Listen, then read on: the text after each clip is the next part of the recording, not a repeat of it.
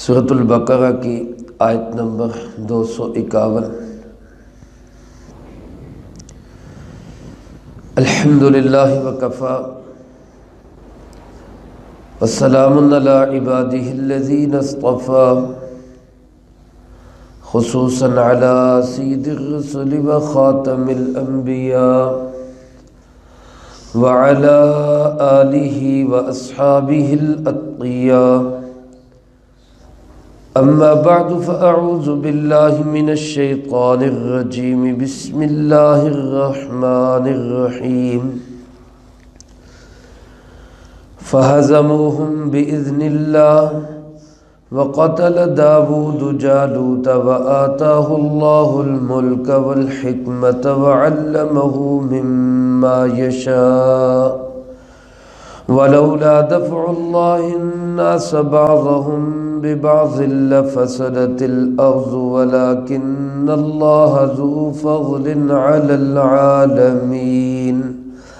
تلك آيات الله نتلوها عليك بالحق وإنك لمن المرسلين۔ فہزموہم بإذن اللہ، سو انہوں نے ان کو شکست دی اللہ کے حکم سے۔ وقتل داود جالوت، اور قتل کر دیا حضرت داؤد علیہ السلام نے جالوت کو۔ وآتاہ اللہ الملک والحکمہ، اور اللہ رب العالمین نے دی داؤد علیہ السلام کو بادشاہت بھی اور نبوت بھی۔ وعلمہ مما یشاء، اور ان کو وہ علوم سکھائے جو اللہ نے چاہے۔ ولولا دفع اللہ الناس بعضهم ببعض، اور اگر اللہ رب العالمین دور نہ ہٹائے کچھ لوگوں کو کچھ لوگوں سے، لفسدت الارض، تو زمین میں فساد پھیل جائے۔ ولکن اللہ ذو فضل علی العالمین، لیکن اللہ رب العالمین بڑے فضل والے ہیں جہان والوں پر۔ تلک آیات اللہ، یہ اللہ کی آیات ہیں۔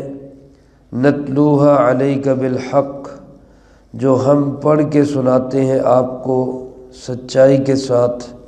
وَإِنَّكَ لَمِنَ الْمُرْسَلِينَ، اور یقیناً آپ رسولوں میں سے ہیں۔ اس آیت مبارکہ کے پہلے حصے کی وضاحت گزشتہ درس میں عرض کر چکا ہوں کہ لشکر طالوت جو ایک اسلامی لشکر تھا، اللہ کے نبی حضرت شمویل علیہ السلام کی سرپرستی میں طالوت کی قیادت کے اندر یہ لشکر جالوت سے جا کے ٹکرایا۔ اس لشکر میں اللہ کے نبی حضرت داؤد علیہ السلام، جو اس وقت ابھی نبی بنے نہیں تھے، نبوت کا اظہار نہیں کیا تھا، لڑکے تھے نوجوان، وہ بھی اس لشکر میں شریک تھے۔ تو جالوت نے جب مقابلے کا چیلنج کیا تو اللہ پاک نے اسی نوجوان لڑکے سے، حضرت داؤد علیہ السلام سے، جالوت کو مروا دیا۔ میرے محترم دوستو، اللہ ہے، قادر مطلق ہے، وہ جو چاہے کر سکتا ہے۔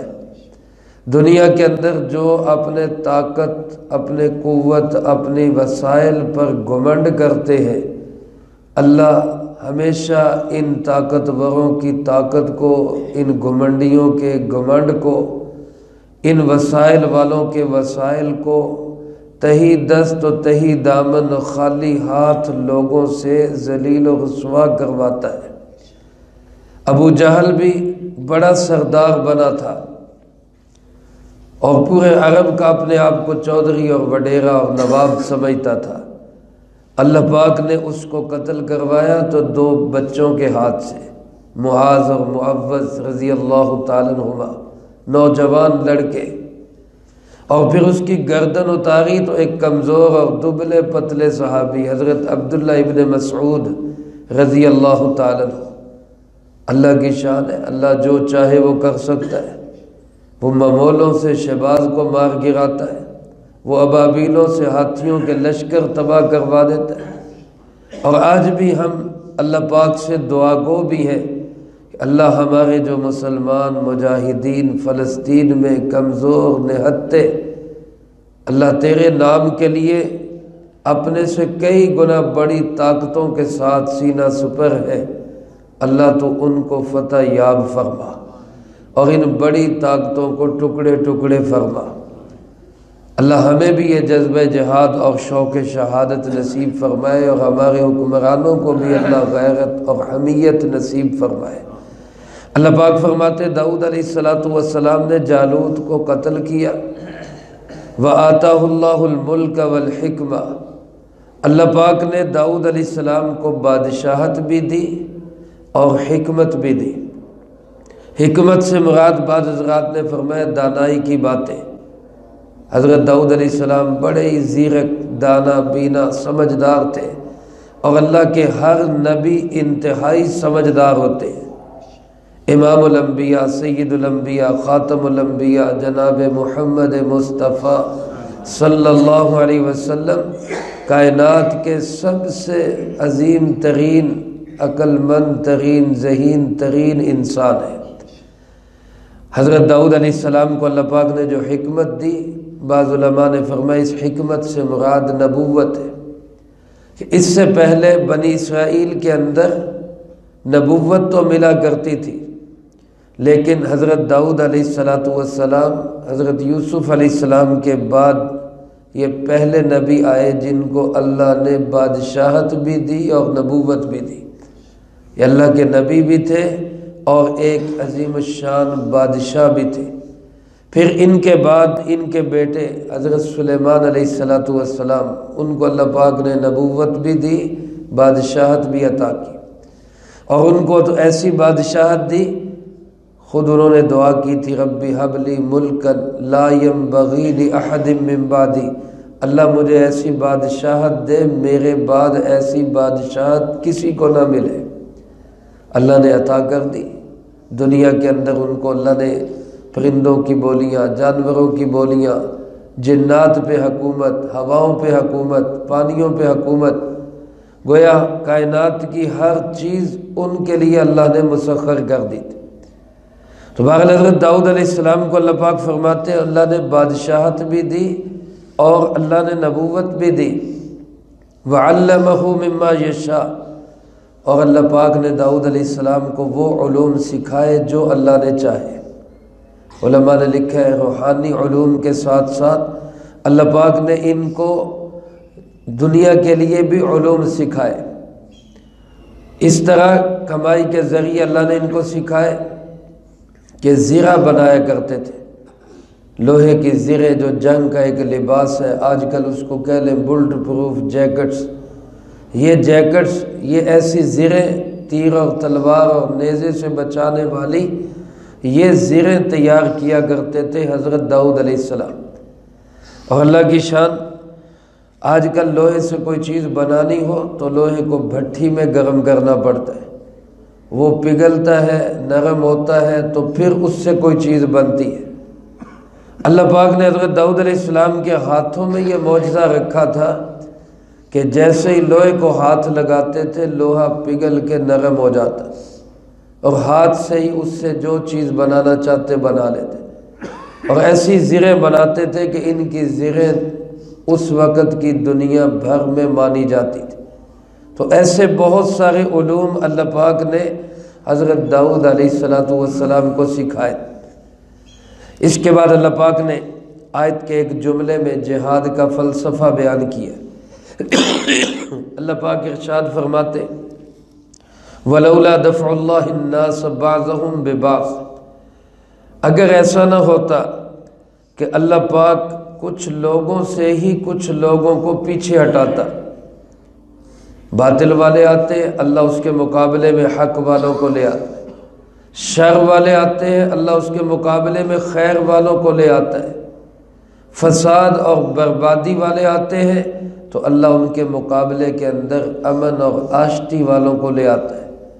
اللہ پاک فرماتے اگر ایسا نہ ہوتا اگر دنیا کے اندر یہ مقابلہ برپا نہ ہوتا تو پھر نتیجہ کیا ہوتا؟ لفسدت الارض، زمین میں فساد پھیل جاتا۔ یاد رکھیں میرے عزیز دوستو، اسلام کا جو حکم جہاد ہے، یہ جہاد کا حکم برائے فساد نہیں بلکہ برائے امن ہے۔ اسلام نے جہاد کا جو حکم دیا ہے دہشت گردی کے لیے نہیں دیا، لوگوں کو ڈرانے کے لیے نہیں دیا، بلکہ صرف اللہ کی زمین پر اللہ کا نظام چلانے کے لیے دیا ہے۔ ہم سب مانتے ہیں، ہمارا ایمان ہے، ہر ایک اس بات پہ یقین رکھتا ہے کہ یہ پوری زمین کس کی ہے، یہ آسمان کس کا ہے، یہ کائنات کس کی ہے؟ اللہ رب العالمین کی۔ تو یہ زمین جب اللہ کی ہے تو جس کی زمین اسی کا نظام چلے گا تو سکون ملے گا۔ زمین کسی اور کی اور نظام کوئی اور چلائے تو کیا ہوگا؟ فساد ہوگا؟ نہیں ہوگا۔ میرا مکان ہو، اس مکان میں کوئی اور آ کے کہے جناب یہاں میں نے بھی اپنا حصہ ڈالنا ہے، میں نے بھی اپنی گاڑی کھڑی کرنی، میں نے بھی فلاں کرنا ہے، تو کیا ہوگا؟ لڑائی ہوگی۔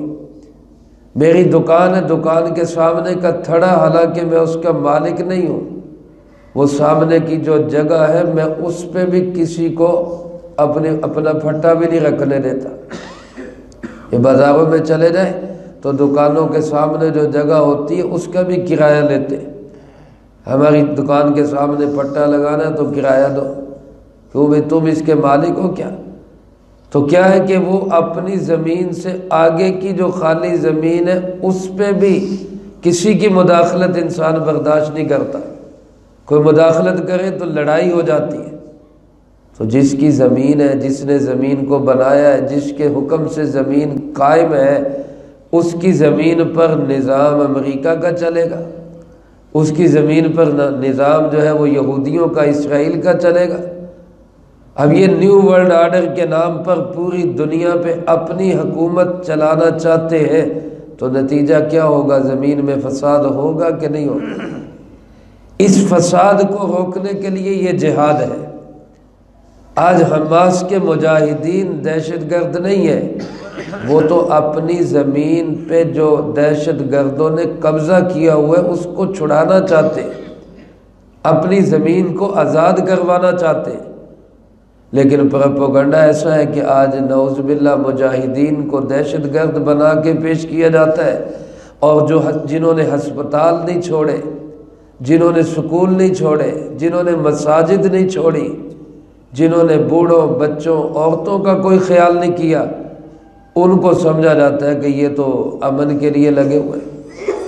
یاد رکھیں میرے عزیز دوستو، یہ مجاہدین وہ کام کر رہے ہیں جو اللہ کے ہاں سب سے پسندیدہ کام ہے، جہاد والا عمل۔ ہم ان کے لیے دعا گو بھی ہیں، دامے درمے سخنے جو ہم سے ہو سکتا ہے ہم ان کی مدد بھی کرتے ہیں، اپنی حکومتوں سے بھی اپیل کرتے ہیں کہ تم نہیں لڑ سکتے تو ہمیں اجازت دو، انشاءاللہ مسلمان نوجوان اپنے ان مسلمان بہن بھائیوں کا تحفظ کرنا جانتا ہے، اور اللہ کے فضل و کرم سے ہمیں یقین ہے کہ انشاءاللہ اللہ اسلام کو ہی فتح نصیب فرمائے گا۔ اللہ پاک فرماتے ہیں اگر میں لوگوں کو لوگوں کے ذریعے دفع نہ کروں، لوگوں کو لوگوں کے ذریعے نہ ہٹاؤں، تو زمین میں تو فساد ہی فساد پھیل جائے۔ وَلَكِنَّ اللَّهَ ذُو فَضْلٍ عَلَى الْعَالَمِينَ، لیکن اللہ جہان والوں پر بڑے ہی فضل والے، اس لیے وہ باطل کے مقابلے میں حق کو لے آتے ہیں۔ وہ یزید کے مقابلے میں امام حسین رضی اللہ تعالیٰ عنہ کو لے آتے ہیں، وہ فرعون کے مقابلے میں کسی موسیٰ کو لے آتے ہیں، وہ نمرود کے مقابلے میں حضرت ابراہیم کا کردار ادا کرنے والے لوگوں کو لے آتے ہیں۔ ہر دور کے اندر میرے عزیز دوستو فرعونیت بھی رہی ہے اور موسویت بھی رہی ہے، ہر دور کے اندر یزیدیت بھی رہی ہے، اللہ نے حسینی کردار والے لوگ بھی پیدا کیے۔ اللہ مجھے آپ کو وہ حسینی کردار ادا کرنے کی توفیق نصیب فرمائے۔ یہاں تک اللہ پاک نے یہ طالوت اور جالوت کے واقعہ کو ذکر کیا۔ آخری آیت میں اللہ پاک نے پیارے آقا جناب محمد کریم صلی اللہ علیہ وسلم کی رسالت اور ختم نبوت کا بھی ذکر کر دیا۔ فرمایا تلک آیات اللہ، یہ اللہ کی آیات ہے، نتلوہا علیک بالحق، جو ہم آپ کو پڑھ کے سنا رہے ہیں اور بالکل حق اور سچ ہے۔ میں پہلے عرض کر چکا ہوں کہ یہ طالوت کا واقعہ جو ہے، حضرت طالوت کی یہ لشکر کشی اور یہ سارا واقعہ حضرت عیسیٰ علیہ السلام سے بھی تقریباً 1100 سال پہلے کا واقعہ ہے، اور جناب نبی پاک صلی اللہ علیہ وسلم کی ولادت باسعادت ہوئی 571، حضرت عیسیٰ علیہ السلام سے 571 سال کے بعد، اور آپ کو نبوت عطا کی گئی، یعنی اظہار نبوت آپ نے 40 سال کے بعد فرمایا، یعنی 611 کے اندر آپ نے اظہار نبوت فرمایا۔ اب 1100 اور 600 گویا 1700 سال پہلے کا واقعہ، 1700 سال پہلے کا واقعہ، اور اللہ کے نبی امام الانبیاء سید الانبیاء جناب محمد مصطفیٰ صلی اللہ علیہ وسلم اس واقعہ کو ٹھیک ٹھیک بیان کر رہے اور سنا رہے، تو پتہ چلتا ہے کہ بتانے والا کون ہے؟ اللہ ہے۔ کس نے آپ صلی اللہ علیہ وسلم کو اس واقعے کی اطلاع دی؟ اللہ رب العالمین نے، اور وہی اللہ ہے جس نے آپ کے سر مبارک پہ تاج نبوت بلکہ تاج ختم نبوت سجایا، تو آپ پکی بات ہے کہ رسول ہے، ورنہ ایک واقعہ جو 1700 سال پہلے کا ہو اس کی صحیح خبر کون دے سکتا ہے اور کیسے دے سکتا ہے؟ اسی سے پتہ چلتا ہے۔ اللہ پاک فرماتے ہیں میرے محبوب یہ جو واقعات ہیں، یہ جو آیات ہیں، یہ جو نشانیاں ہیں، یہ ہم آپ کو پڑھ کے سنا رہے ہیں، نتلوہا علیک بالحق، ہم آپ کو سنا رہے ہیں۔ اور اس سے یہ بھی پتہ چلا کہ اللہ کے نبی علیہ السلام کے پاس جتنے علوم ہوتے ہیں وہ سب علوم اللہ دیتا، ان کو کون ہے؟ وہ اللہ دیتا ہے۔ اللہ کے نبی کے علوم سارے کے سارے کس نے دیے ہوتے ہیں؟ اللہ نے دیے ہوتے ہیں۔ تو اللہ کے دیے ہوئے علوم میں سے ہی اللہ کے نبی ہمیں علم دیا کرتے ہیں۔ اللہ پاک نے اسی لیے اس واقعے کا نتیجہ آخر میں کیا نکالا؟ فرمایا وَإِنَّكَ لَمِنَ الْمُرْسَلِينَ، میرے محبوب کوئی مانے یا انکار کرے، کوئی تسلیم کرے یا ٹھکرائے، لیکن میں گواہی دیتا ہوں کہ آپ اللہ کے رسول ہیں۔ میں گواہی دیتا ہوں اِنَّكَ لَمِنَ الْمُرْسَلِينَ، آپ رسولوں میں سے ہیں، یقیناً آپ اللہ کے رسول ہیں۔ الحمدللہ ہمارا سب کا ایمان ہے کہ آخری نبی امام الانبیاء سید الانبیاء جناب محمد مصطفیٰ صلی اللہ علیہ وسلم ہے۔ اللہ ہمیں اسی عقیدے پہ زندگی نصیب فرمائے اور اسی عقیدے پہ موت نصیب فرمائے۔ تو میرے عزیز دوستو، یہ قرآن کریم جو اللہ کا پیغام ہے، اللہ کی وحی ہے، اور ہم تک جناب محمد کریم صلی اللہ علیہ وسلم نے پہنچایا، ہمارا بھی حق بنتا ہے ہم اس قرآن کریم کو سمجھیں، اس کو سیکھیں۔ اللہ ہم سے کہنا کیا چاہتا ہے اس کو ہم پڑھیں۔ تو روزانہ یہ درس قرآن ہوتا ہے، اس کے علاوہ دینی پروگرامات ہوتے ہیں، ہمارا گشت ہوتا ہے، یہاں پہ اور دینی اعمال ہوتے ہیں۔ ہم اس دینی تمام اعمال کے اندر شامل ہوا کریں۔ اگر آج ہم ان چھوٹے چھوٹے اعمال میں شامل نہیں ہو سکتے تو کل کو اللہ کے نام پہ جان دینی پڑی تو پھر ہم کہاں کھڑے ہوں گے؟